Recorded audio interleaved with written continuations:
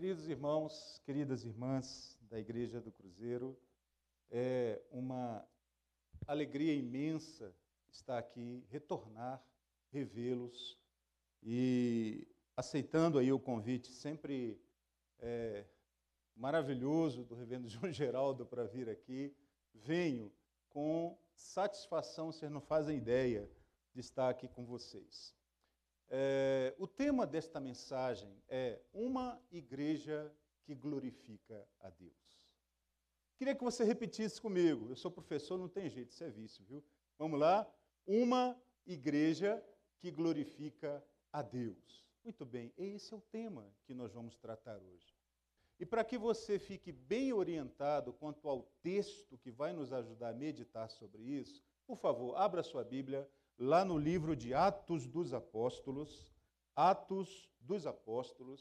e eu vou pedir duas leituras para a gente fazer hoje, tá? Primeira está lá em Atos, capítulo 9, dos versos 10 a 12 e também o verso 17.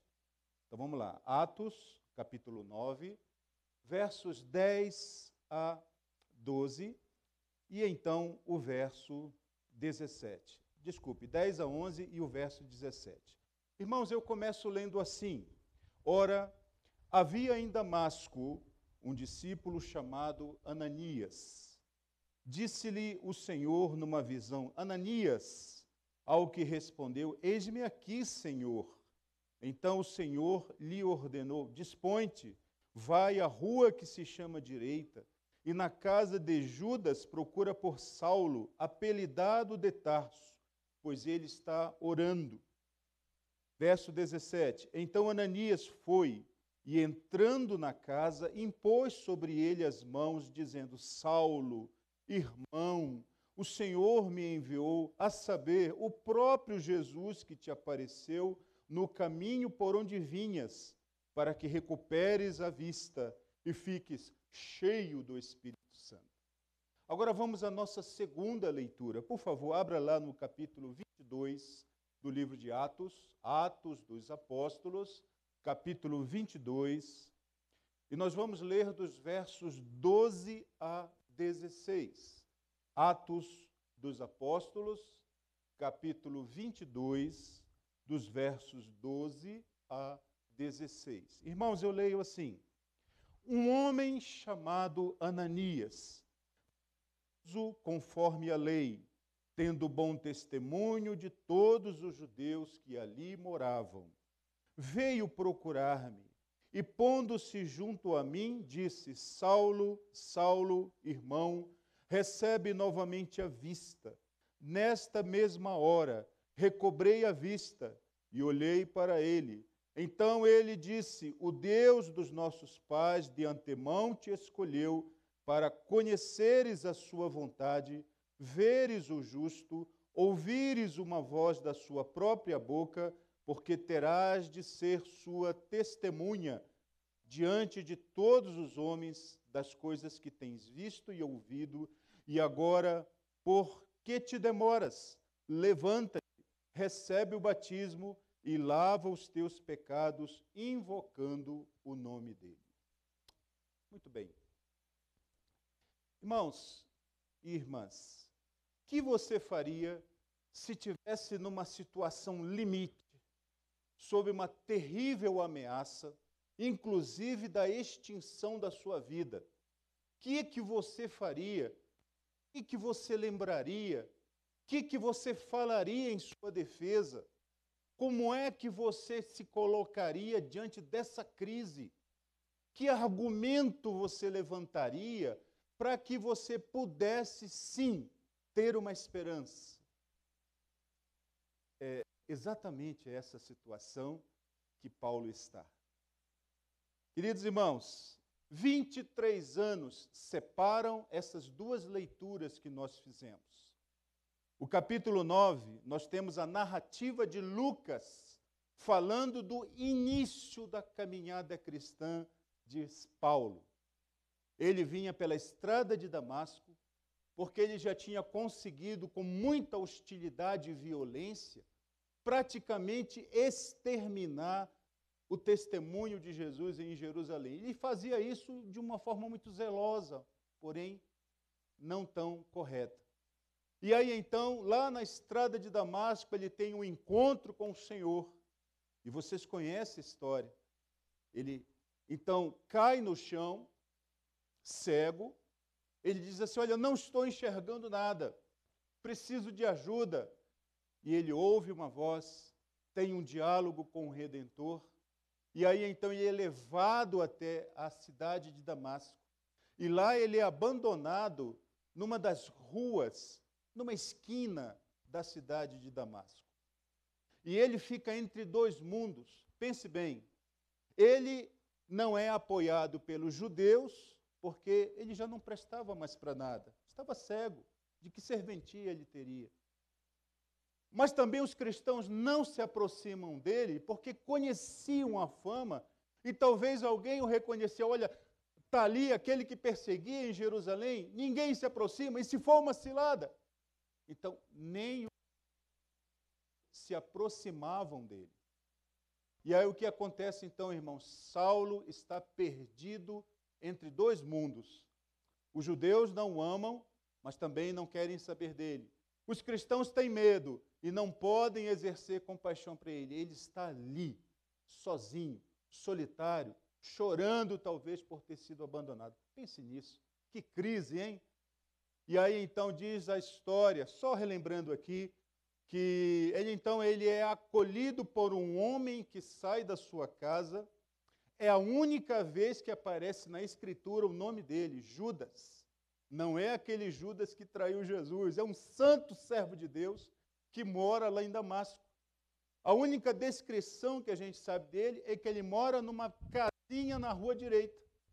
E aí ele sai de lá, mandado por Deus, e ele vai recolher o Saulo da rua, leva para sua casa, e ele fica ali, sabe, ouvindo e suportando talvez as lamúrias, os lamentos de Saulo, que não entende o que aconteceu com a vida dele. E aí então, de repente, chega um outro servo chamado Ananias, mandado por Deus para completar a obra que o Judas tinha começado.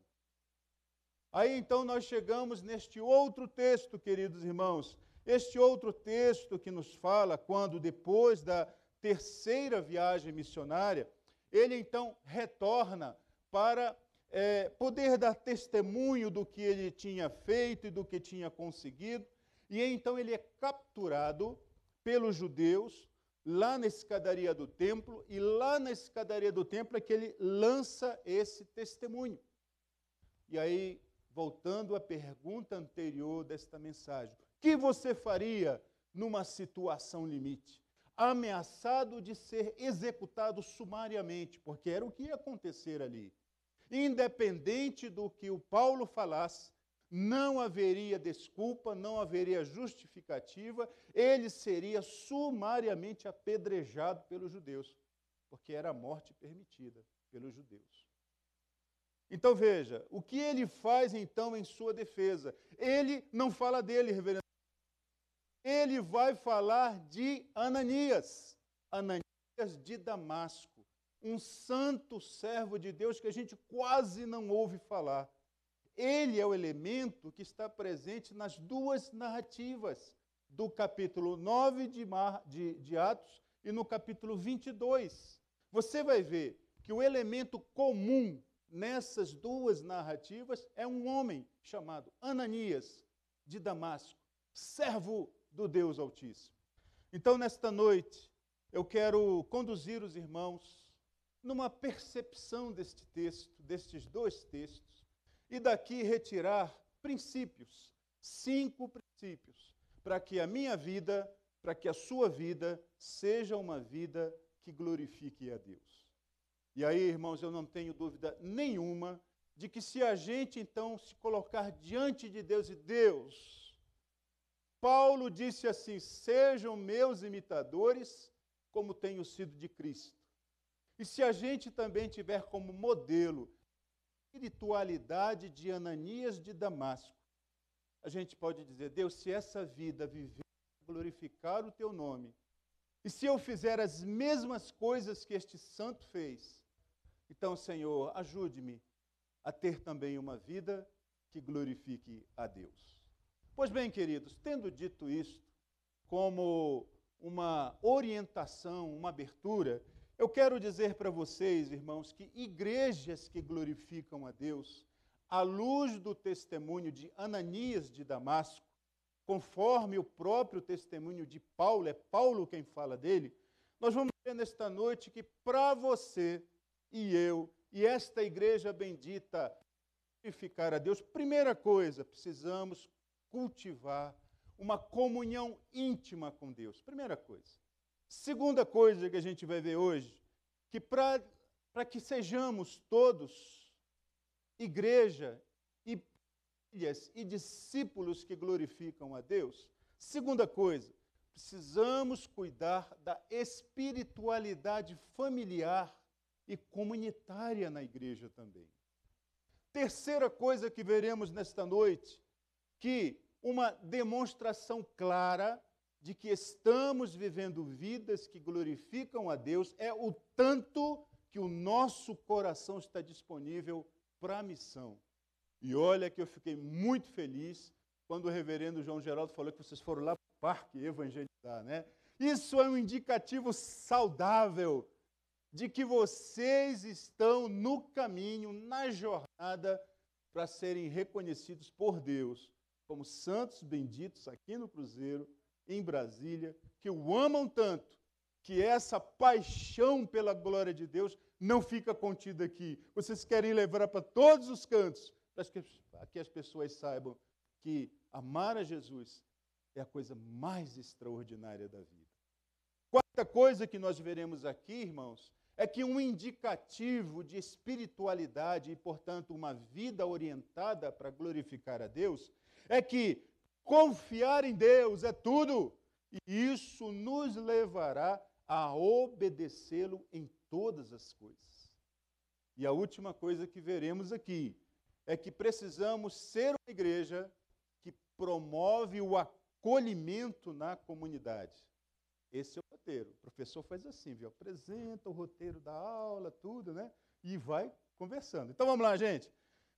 Através, então, desse testemunho belíssimo que Paulo nos apresenta sobre Ananias de Damasco, a gente quer pensar, então, esta noite sobre 5 convicções que a Igreja Presbiteriana do Cruzeiro precisa ter. Vamos à primeira convicção, então.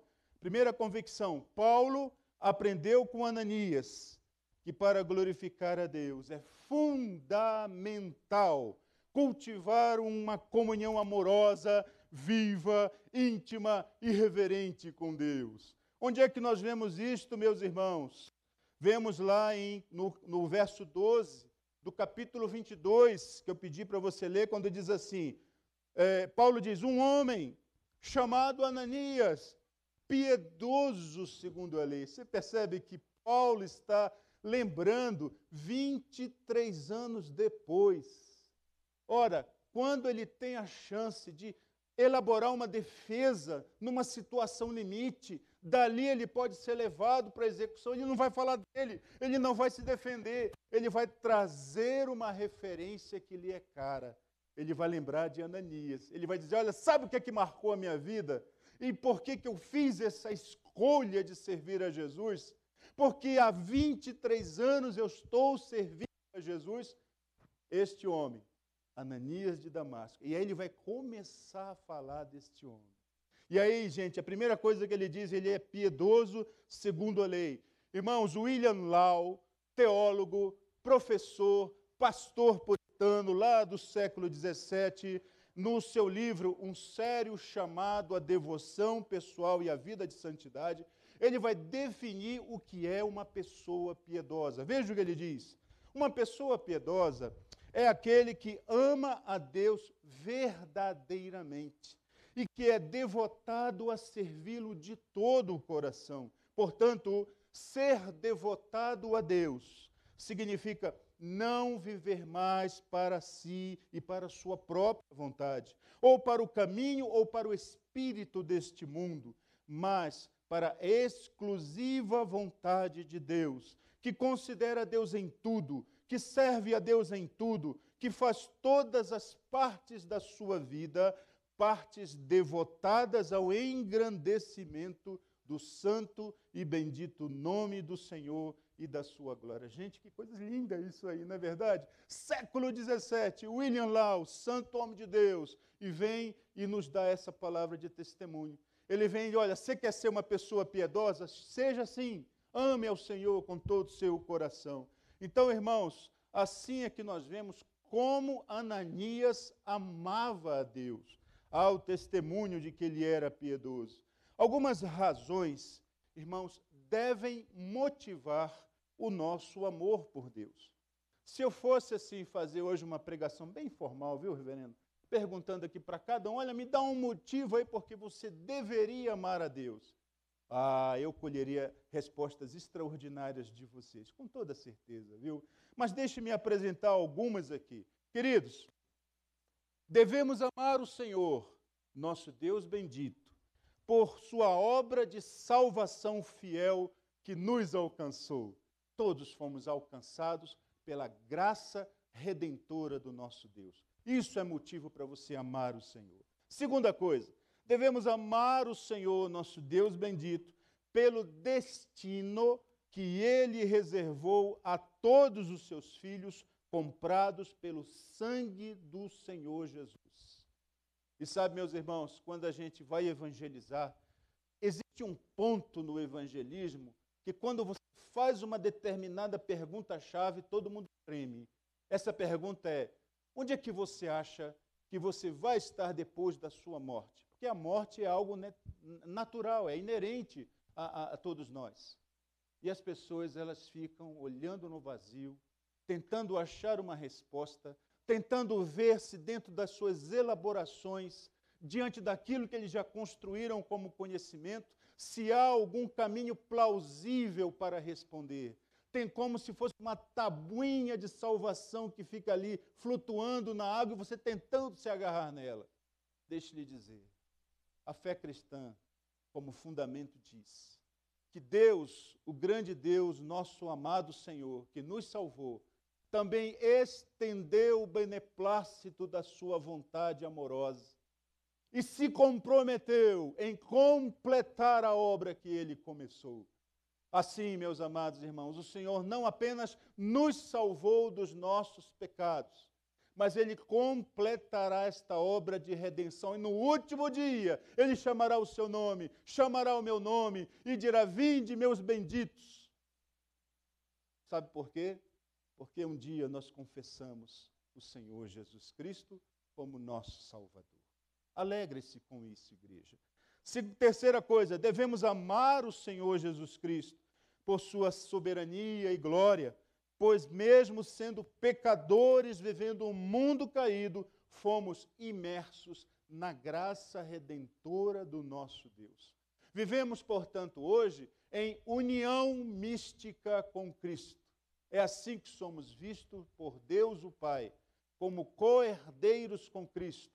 Irmãos, devemos amar o Senhor Jesus, nosso Deus bendito, pois num mundo onde tudo se encontra em decadência, miséria, violência e corrupção, as misericórdias do Senhor nunca envelhecem, nunca se esgotam, nunca são inoportunas, nunca murcham, nunca enfraquecem, não se cansam jamais, se renovam manhã após manhã. Louvado seja o nosso Senhor. Assim, meus irmãos, terceira coisa que a gente vê aqui, quanto a este primeiro tópico, né, de como a gente pode, então, amar o Senhor, ter uma comunhão amorosa, íntima, viva e reverente com Ele, que é que este homem, ele tinha tanta comunhão com Deus, que ele discernia e ouvia a voz do Senhor, porque se relacionava pessoalmente com Ele. Onde é que nós vemos isso? Atos 9, verso 10, diz assim: disse-lhe o Senhor numa visão. Ananias, percebe isso? O Senhor conversava com esse santo. Esse santo podia ouvir o Senhor. Este santo tinha sensibilidade e abertura no coração para ouvir a Deus. E aí, quando nós vamos lá para Mateus 5:8, que é a resposta porque este santo poderia ouvir a Deus, diz-nos lá: bem-aventurados os puros de coração, porque verão a Deus. Você sabe qual é a condição sine qua non para você ouvir a Deus e ver a Deus com seu coração? Pureza. Que seu coração seja puro, querido irmão, querida irmã. Porque a pureza e a santidade de vida são aquelas condições nas quais nós dizemos: eu não me pertenço mais. Vivo não mais eu, mas Cristo é quem vive em mim.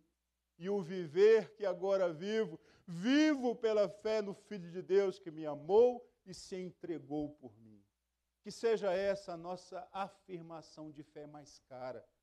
Porque com isso vamos estar dizendo: Senhor, minha vida é totalmente para Ti, santificada para Ti. O desejo que arde no meu coração é de honrar o Teu bendito nome. Quero viver para a Tua glória, Senhor, com todas as implicações que isto significa. Quando encontra no nosso coração essa disposição, então você pode crer, Deus vai falar com você, vai falar nos teus sonhos, vai falar através do teu marido, vai falar através da tua esposa, vai falar através dos teus filhos, sabe? Deus vai achar modos extraordinários de se comunicar com você, falar pela sua palavra, falar na comunhão dos santos, porque os seus ouvidos, porque o seu coração, porque os seus olhos, porque os olhos do seu coração estarão despertados e atentos para ouvir a voz de Deus. Queridos, isso é extraordinário. E aí, meus irmãos, nós vemos que este homem era puro porque ele continuamente confessava os seus pecados. E aqui está uma marca dos santos, viu? Santo não tem agenda secreta. Santo não tem nada, vida dupla diante de Deus. Não há máscara que nos esconda diante de Deus. Perceba isso. Quando a gente chega diante de Deus, ainda que a gente chegue com performance, com máscara, fantasia, isto nada consegue se manter diante de Deus. Diante de Deus, nossas máscaras caem. Diante de Deus, a nossa performance não quer dizer nada. Diante de Deus, só consegue sobreviver uma pureza de coração que Deus quer encontrar em nós. Pureza de coração. Amém, meus irmãos? Não fique assustado comigo não, viu? Hoje eu estou assim, meio elétrico, porque essa mensagem fala o coração, e não tem como não falar sem paixão, irmãos. Hoje eu estou muito apaixonado pelo Senhor, quando eu trago essa palavra aos irmãos, viu? Irmãos, vejam, ele tinha tanta pureza, este homem, porque ele confiava na mediação do Senhor Jesus. Ananias sabia que pela mediação de Jesus, qualquer discípulo pode entrar na presença do Deus vivo para adorá-lo. E você quer saber uma base de fé deste homem? Você conhece, está lá em Hebreus, veja lá, carta aos Hebreus, capítulo 10, de 19 a 20, você encontra o extraordinário motivo para você chegar com seu coração reverente e amoroso diante de Deus. Nos diz lá: tendo, pois, irmãos, intrepidez para entrar no Santo dos Santos, pelo sangue de Jesus, pelo novo e vivo caminho que ele nos consagrou pelo véu, isto é, pela sua carne, e tendo grande sacerdote sobre a casa de Deus, veja o convite: aproximemo-nos com sincero coração, com plena certeza de fé, tendo o coração purificado. Veja aí, queridos, purificados da má consciência e lavado o corpo com água pura. Irmãos, é esse o protocolo relacional com Deus. É assim que você precisa chegar diante de Deus. E se essa igreja, na pessoa de cada membro, começar a andar neste caminho, oh, meus irmãos, que coisa extraordinária vai acontecer aqui neste lugar. Sabe? Encontro vivo com Deus. Os cultos serão cultos marcados pelos testemunhos que vocês darão da bondade, da graça de Deus. Vocês vão orar com mais paixão, vocês vão orar com mais afeto, vocês vão orar com plena certeza. O ministério pastoral será extremamente abençoado aqui quando nós entendermos que há um protocolo relacional para estarmos diante de Deus e nos relacionarmos com Ele. Ananias descobriu isso. Paulo declara este testemunho para que nós saibamos como fazer.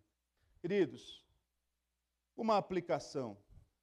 A Igreja Presbiteriana do Cruzeiro, vocês, queridos irmãos, vocês vão glorificar a Deus mais plenamente se vocês cultivarem uma relação viva com Deus e se vocês tiverem essas convicções profundas que orientam a própria espiritualidade de vocês.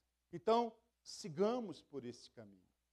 Segunda coisa que a gente vê neste texto, ou segunda convicção, já que a noite hoje é para a gente falar sobre convicções profundas que Paulo declarou na escadaria, sob julgamento, sob ameaça de morte, mas que ele conseguia enxergar para uma referência do seu passado e dizer: este homem, com estes atributos, com essas qualidades, praticamente me colocou no caminho da graça de Jesus e hoje eu amo a Jesus por causa do testemunho deste homem. Percebe isso?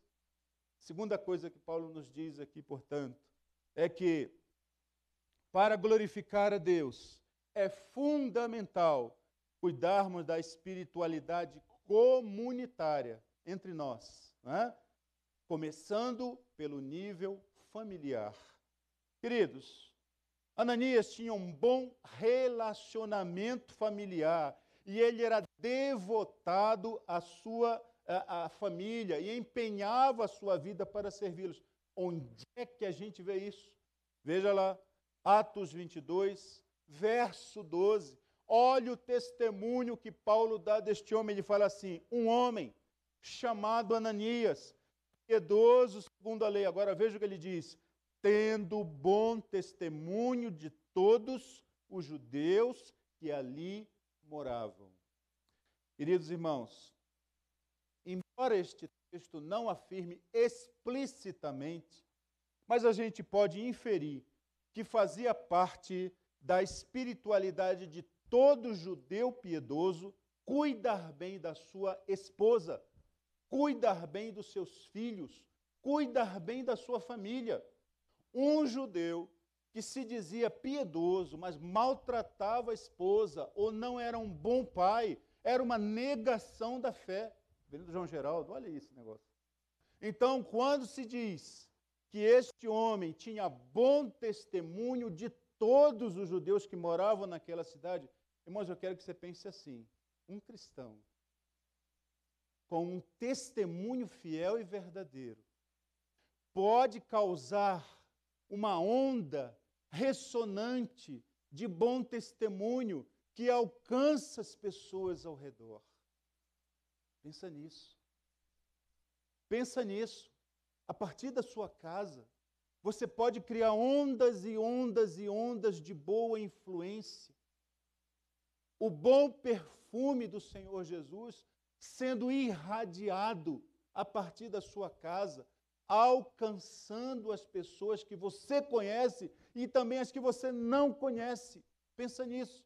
Você passa a ser uma referência do que é um bom pai, do que é um bom marido, do que é uma boa esposa, do que é uma boa mãe. Tanto é que essas pessoas, elas podem criar a partir de observar a sua vida. E olha, eu vou falar uma coisa séria para os irmãos aqui. Você sabia que você é observado, não sabia? Você sabia que todos os olhos estão atentos para você e sua família? Principalmente se souberem que estão e professa fé no Senhor Jesus. Isso significa que a sua vida e a minha família e a sua família está sob escrutínio. Estamos sob julgamento das pessoas. Estão continuamente nos observando, querendo ver se de fato há coerência entre aquilo que professamos e aquilo que efetivamente fazemos. As pessoas estão atentas, estão em busca de referência. Pense nisso. Então, queridos irmãos, talvez seria interessante a gente falar aqui que este homem, Ananias de Damasco, que tinha tão bom testemunho, que cuidava tão bem da sua família, Este homem provavelmente era e levava a sério a tarefa de ser sacerdote na sua casa. E sendo sacerdote na sua casa, era um homem que assumiu um pacto com Deus de criar, orientar a devoção a Deus em sua casa, de orientar seus filhos, de ensiná-los a refletir sobre os caminhos de Deus, de ajudá-los a, nas primeiras tomadas de decisão da vida, ter a ética do reino iluminando a sua ética cotidiana. Pais no Espírito fazem isso. Pais no Espírito guiam a sua família. Pais no Espírito orientam a espiritualidade da sua casa.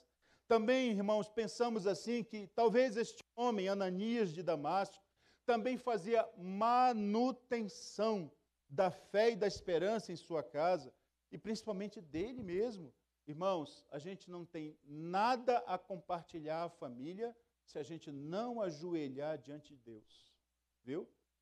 Então, pais e mães precisam ajoelhar juntos diante do Senhor. Senhor, há situações que nos esgotam, há situações que nos debilitam, há situações que fazem com que a nossa alma se vergue diante do Senhor. Há situações, Senhor, nas quais nós estamos tão tensos, tão pequenininhos, e o choro é tão abundante, porque há dimensões da vida que nos esmagam, são maiores do que nós. Então, maridos, cônjuges, esposas, precisam aprender a enxergar juntos diante de Deus. Precisam aprender que há um caminho que só pode ser feito diante de Deus de joelhos, para a salvação dos nossos filhos, para a continuidade do testemunho a partir das nossas casas, para que as pessoas sejam abençoadas pela referência que podemos criar a partir de nós. Queridos irmãos, este homem provavelmente era reconhecido por causa da conciliação que ele podia fazer. Inferimos aqui, a partir do texto, de ter bom testemunho dos judeus, que provavelmente este homem atuava como reparador de brechas nos relacionamentos quebrados, partidos, nas interações familiares, promovendo mediação, conciliação e guiar as partes que estavam em litígio no caminho do perdão. Pensa nisso. Ah, meus irmãos, coisa abençoada é quando, de repente, você, de surpresa, recebe a visita de um vizinho na sua casa. Talvez você não teve lá muito contato, não criou muita história, não partilhou muito as histórias da vida, mas ele e ela chegam e dizem, olha, nos ajuda, nós estamos a ponto de separar. E a gente tem observado a vida de vocês. A gente não ouve gritos, a gente não ouve ofensa da sua casa, a gente não ouve gritos, desesperos. Então, mas a gente sabe que vocês são cristãos. Ajuda a gente a encontrar o rumo. Porque talvez vocês sejam a última esperança para a gente até dialogar, conversar, porque nós paramos de conversar. Nos ajudem. Você já pensou nisso? Mas isso aqui, irmãos, só será verdade, só será uma possibilidade, se aquela primeira coisa que nós vimos sobre Ananias for verdade na sua vida. Uma comunhão íntima, profunda com Deus. Um diálogo na existência, na caminhada, tendo Deus como companheiro da sua vida. E aí, sabe o que é que vai acontecer? O bom perfume de Cristo vai exalar de você. Vai alcançar as pessoas. Vai chegar nas necessidades profundas. As feridas que estão sangrando, as pessoas vão começar a correr para você. Nos ajude, mostre-nos Jesus, como aqueles gregos falaram, querendo ver Jesus. E aí evangelismo vai ser algo vivo. E aí evangelismo, missão, vai ser algo que vai ser do seu coração. Vai ser arrebatador, porque você será conduzido pelo Espírito bendito do Senhor. Amém, queridos irmãos? Queridos irmãos, a Igreja do Cruzeiro, portanto, glorificará mais a Deus se cuidar das relações familiares, se fortalecer a vida comunitária com programas, com atividades que promovam a mutualidade. Amém? Que coisa boa ouvir isso, não é verdade?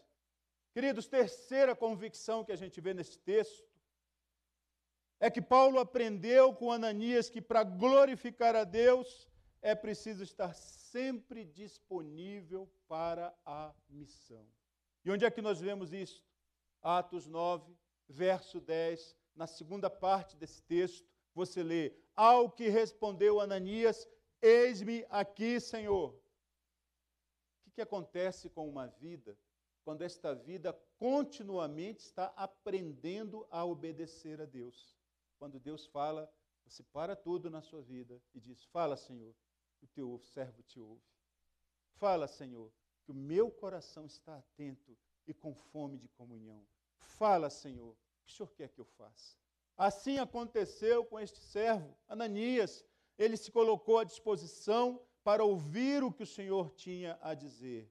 Ah, meus irmãos, que coisa boa! Ananias mantinha, portanto, essa posição de contínua abertura do seu coração para Deus. Seu coração estava sempre atento aos movimentos de Deus na história. Olha que maravilha.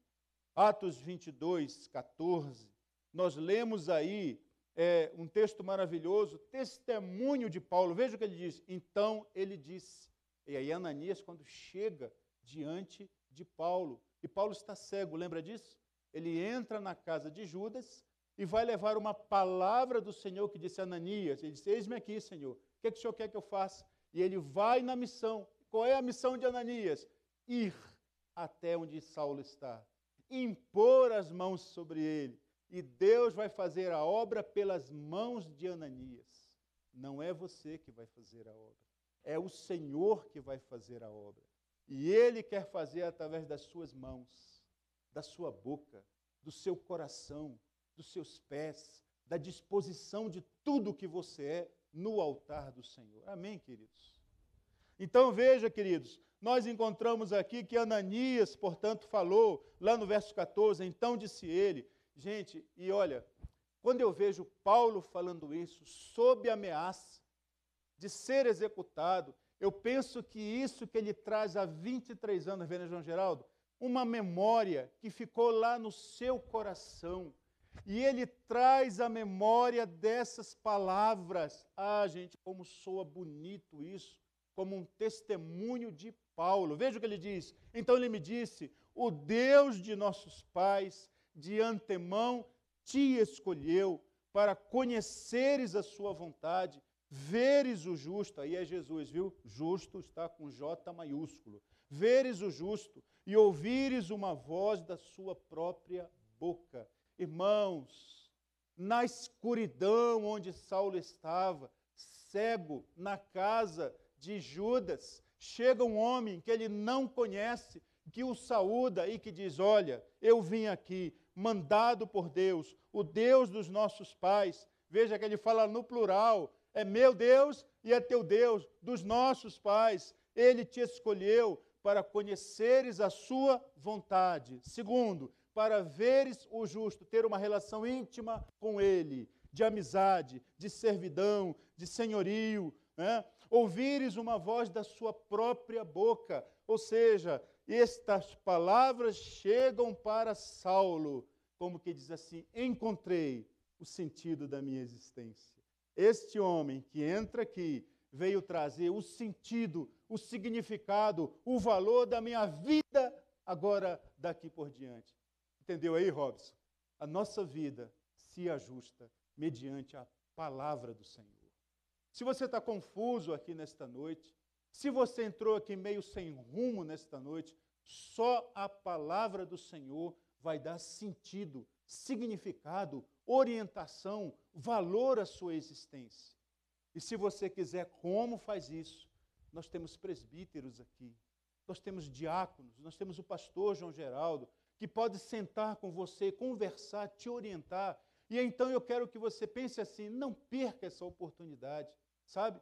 Se você está com a vida confusa, se você quer orientação para saber como que a sua vida pode ser melhor, eu digo para você, só pode ser melhor se Jesus fizer parte dela.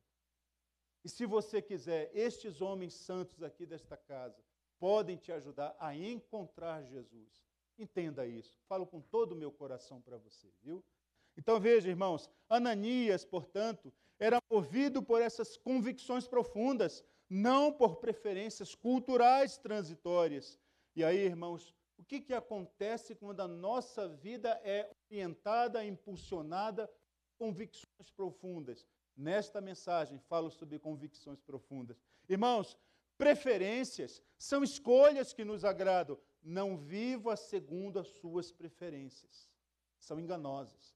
Viva sob a força de convicções profundas que impulsionam a sua vida. Por quê? Porque convicções são crenças que nos definem e que compelem a missão. Não viva por preferências, viva por convicções. E essas convicções são as convicções do reino de Deus. Irmãos, o reverendo Albert Martin, servo do Senhor, disse assim certa vez, que alguns ingredientes são essenciais para que o temor de Deus se faça presente na vida da gente. E quais são? Primeiro, conceitos corretos sobre Deus. O que você já sabe sobre Deus? E isso que você já sabe te impulsiona a um relacionamento melhor com Ele? Isto te impulsiona a viver uma vida de obediência e paixão por Ele? Segunda coisa, um senso penetrante da sua presença junto com você. Ah, que coisa boa, hein? Deus não sendo apenas alguém que está lá no céu, mas um companheiro que anda ao seu lado. Que todas as vezes que Ele fala, o seu coração arde. Lembra daquela história lá da estrada de Emaús? Que aqueles homens iam andando com Jesus e de repente eles dizem, mas será que não nos ardia o coração quando Ele falava com a gente? Que seu coração arda todas as vezes que Jesus falar com você. Terceira coisa que o reverendo Albert Martin fala, uma consciência constante do nosso dever para com Ele. Isso é extraordinário, queridos irmãos. Ananias levava a sério a sua vida com Deus, e essa era uma opção existencial que o ajudou a moldar a sua espiritualidade pessoal e o ministério do próprio apóstolo Paulo. Irmãos, a igreja presbiteriana do Cruzeiro, portanto, glorificará a Deus mais plenamente, se cuidadosamente, preste atenção, hein? Se cuidadosamente, sob a direção e dependência do Espírito Santo, ouvir a voz de Deus e o clamor das nações, enviando missionários, apoiando seminaristas, treinando cada crente na missão de servir a Jesus na vida cotidiana. Amém, irmão Jorge? Amém. É isso aí. Quarta convicção. Veja, Paulo aprendeu com Ananias que para glorificar a Deus é fundamental confiar em Deus e obedecê-lo efetivamente.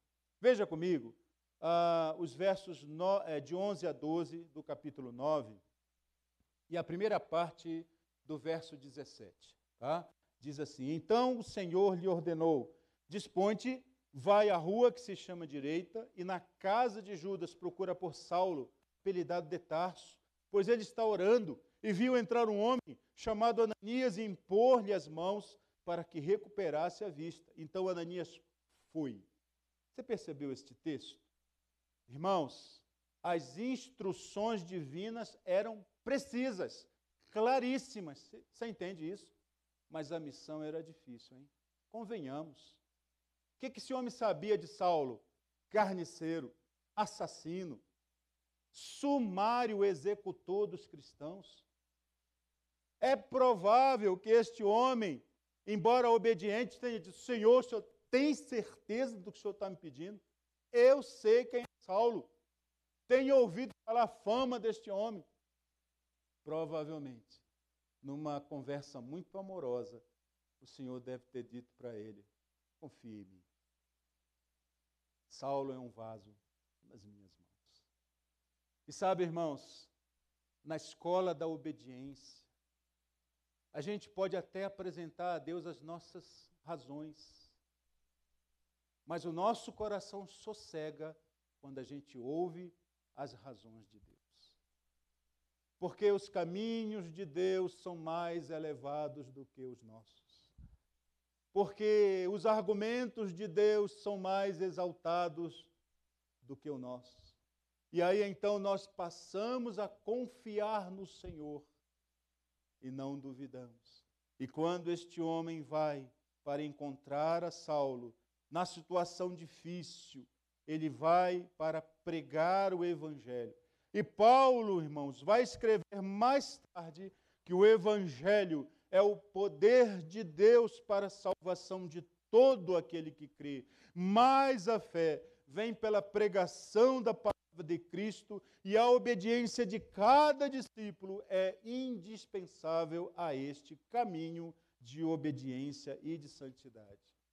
Eu faço a seguinte aplicação para o seu coração também, que a Igreja Presbiteriana do Cruzeiro glorificará a Deus mais plenamente se a sua liderança andar no caminho da obediência, deixando um legado piedoso e educar os sentidos de toda a membresia neste caminho. Por isso é, meus irmãos, que uma das decisões, digamos assim, mais acertadas e mais meritórias e dignas de reconhecimento é o esforço do reverendo João Geraldo de fazer um pastoreio com os presbíteros, fazer um pastoreio com os diáconos, para que essa liderança ande em unidade, sob a percepção do cuidado amoroso de Deus, para servir melhor a igreja. Queridos, quinta e última convicção, e já pedindo perdão por ter falado tanto. Viu? Vamos lá. Paulo aprendeu com Ananias que para glorificar a Deus é fundamental promover o acolhimento na família de Deus. Imagine a seguinte situação: Saulo está cego. Ele não vê nada. Está lá na casa do Judas. E de repente alguém bate na porta. Quem será? Meus olhos não veem. Mas quando Judas vai e abre a porta, a primeira coisa que este santo servo, que é Ananias, faz é dizer: Saulo, Saulo. Ele ouve uma voz: é o seu nome? Ele diz: irmão. Ah, meus irmãos, como soa bonito isto. Como soa terno. Como soa maravilhoso. Depois dele ter sido abandonado na esquina de Damasco, alguém chamar pelo seu nome e também dizer que ele é seu irmão na fé. Pensa na paz que tomou conta do coração desse homem. Assim, queridos irmãos, ele diz: Saulo, Saulo, irmão, o Senhor me enviou para que recuperes a vista e fiques cheio do Espírito Santo. Irmãos, Saulo, que antes era inimigo da fé cristã, agora se tornaria um santo remido do Senhor. Saulo foi curado, discipulado, acolhido, batizado pelo ministério de Ananias. Por isso que Ananias foi essa referência no período crítico da sua quase execução, ali na escadaria do templo. Por isso que a memória que ele traz não é uma defesa dele, mas é uma referência de alguém há 23 anos que o tinha abençoado. Percebeu isso? Então, queridos, uma comunidade abraçadora de gente, especializada em angústias humanas, é o que eu imagino, e aqui eu oro, viu, reverendo João Geraldo? Tenho orado lá de casa. Senhor, faça da Igreja Presbiteriana do Cruzeiro essa igreja abraçadora de gente, que chegue com essa mesma intenção do coração que havia em Ananias, que chegou e disse: irmão, estendendo o braço. Embora ele não pudesse vê-lo, foi abraçado depois por Ananias e disse: fique curado, seja abençoado, nós te acolhemos como irmão na fé cristã. Sabe, queridos, eu fico imaginando, se vocês começarem a vivenciar esses princípios e começarem a serem guiados por essas convicções profundas, como que o amor será tão vivo aqui nesta igreja, viu? A ponto de que vocês começarem a receber família. Por Deus, olha, reverendo João Geraldo, famílias mandadas por Deus, que vão sentar a princípio lá nos últimos bancos, todas meio desconfiadas. Será que essa igreja vai receber a gente? A gente vem com uma história complicada. Será que vão nos acolher? E aí, porque vocês amam a Jesus, vocês vão começar a notar que eles estão por ali. E de repente o reverendo João Geraldo, o pastor tem essa tarefa mesmo de construir pontes, né? O pastor João Geraldo chega lá, conversa com uma família, e aí, quem sabe, eles começam a dizer, sabe o que é, pastor? A gente perdeu o nosso bebê faz 5 meses, e a gente está com uma dor, uma tristeza. E aí o pastor diz assim, então vem cá, fica com a gente, sabe por quê? Aqui há famílias que sabem acolher, que sabem chegar junto, orar, estender a mão, abençoar, caminhar, chorar com os que choram. Vem cá, se mistura com a gente. Porque nessa história nós vamos construindo o reino também em seus corações com a graça de Deus. Quem sabe entra aí, senta lá no último banco um senhor, lá de meia idade, já chegando na casa dos 60, quem sabe, e ele senta e chora durante o culto, o reverendo João Geraldo vê aquele homem lá se debulhando em lágrimas, e aquilo então impulsiona o reverendo João Geraldo a chegar e conversar com ele. Chega assim, tudo bem, como é seu nome? Por que você chorou tanto durante o culto? E quem sabe ele diz assim, sabe o que é? Perdi meu emprego, e eu não sei mais o que fazer da minha vida. Eu não sei, sabe, como que eu vou fazer para ajudar a minha esposa e a minha família e os meus filhos. E aí o reverendo João Geraldo, então, você chegou no lugar certo, viu? Vem cá, vou te apresentar para os homens aqui da igreja. Sabe, eles têm conselhos, eles têm bons contatos, eles podem ajudar você, vão andar com você, vão chorar com você. Porque é isso que nós fazemos aqui. Nós somos uma comunidade abraçadora de gente. Esta igreja aqui é uma comunidade especializada em angústias humanas. E nós podemos inclinar o nosso coração para ajudar você. Queridos, o que falamos aqui nesta noite? Uma igreja que glorifica a Deus. Uma igreja que glorifica a Deus, meus irmãos, é uma igreja que cultiva uma intimidade íntima com o Senhor, né?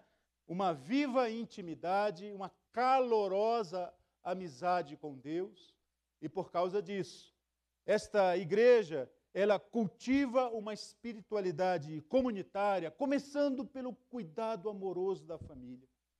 Esta igreja está disponível para a missão, obedece a Deus quando Deus chama. Esta igreja glorifica a Deus porque ela confia no Senhor e na direção que Ele apresenta para obedecê-lo efetivamente.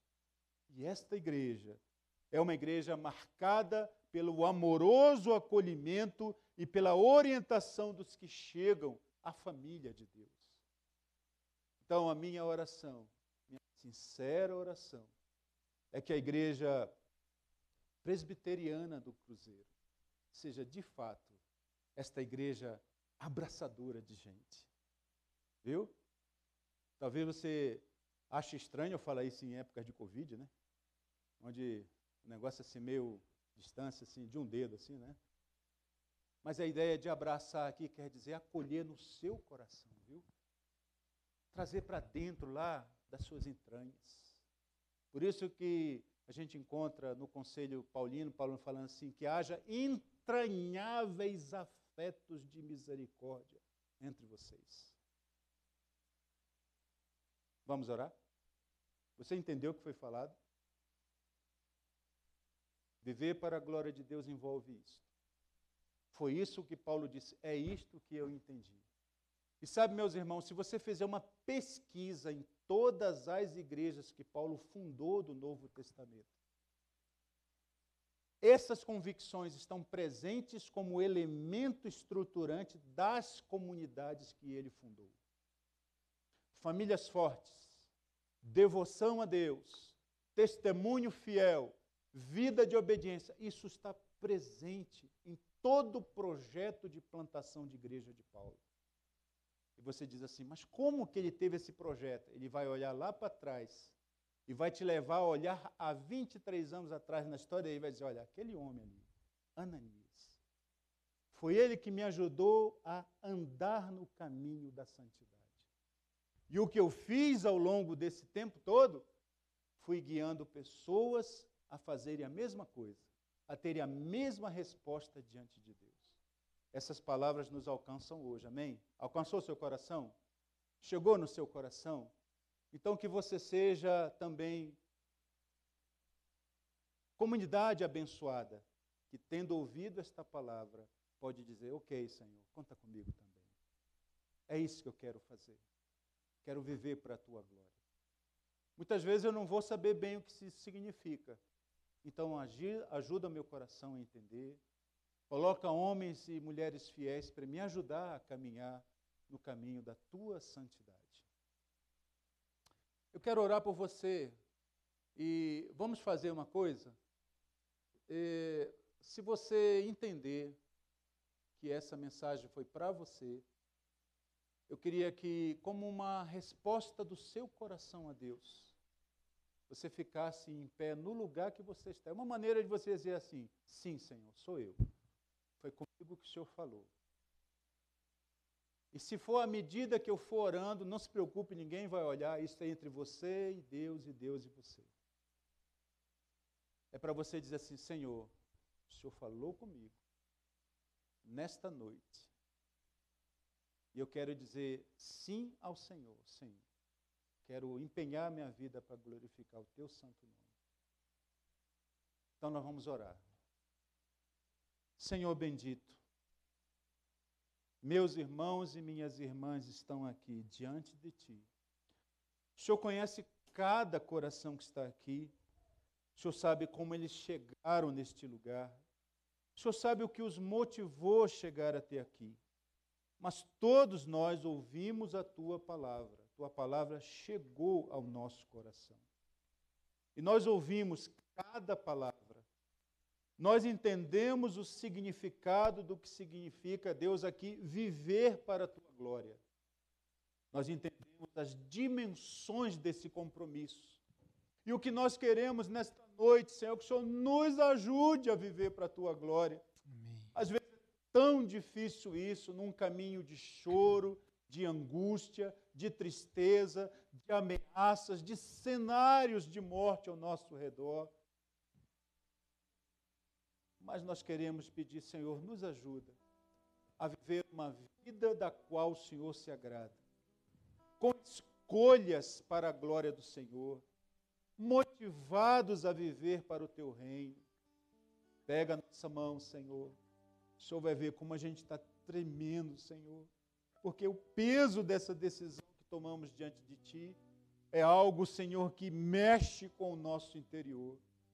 Então nos ajuda, Senhor. Toma a nossa mão, caminha por essa estrada da vida, fala ao nosso coração, motiva-nos, ó Deus amado, a vivermos para agradar o Senhor. Amém, Deus. E aí, Senhor, que possamos encontrar o nosso lugar ao lado dos irmãos e das irmãs que professam esta mesma fé, Amém. que vivem debaixo deste mesmo juramento, para que a gente possa, ó Deus, ser sal da terra e ser luz do mundo neste lugar. Amém, Deus. É essa a nossa oração, no santo nome do Senhor Jesus. Amém. Amém, amém.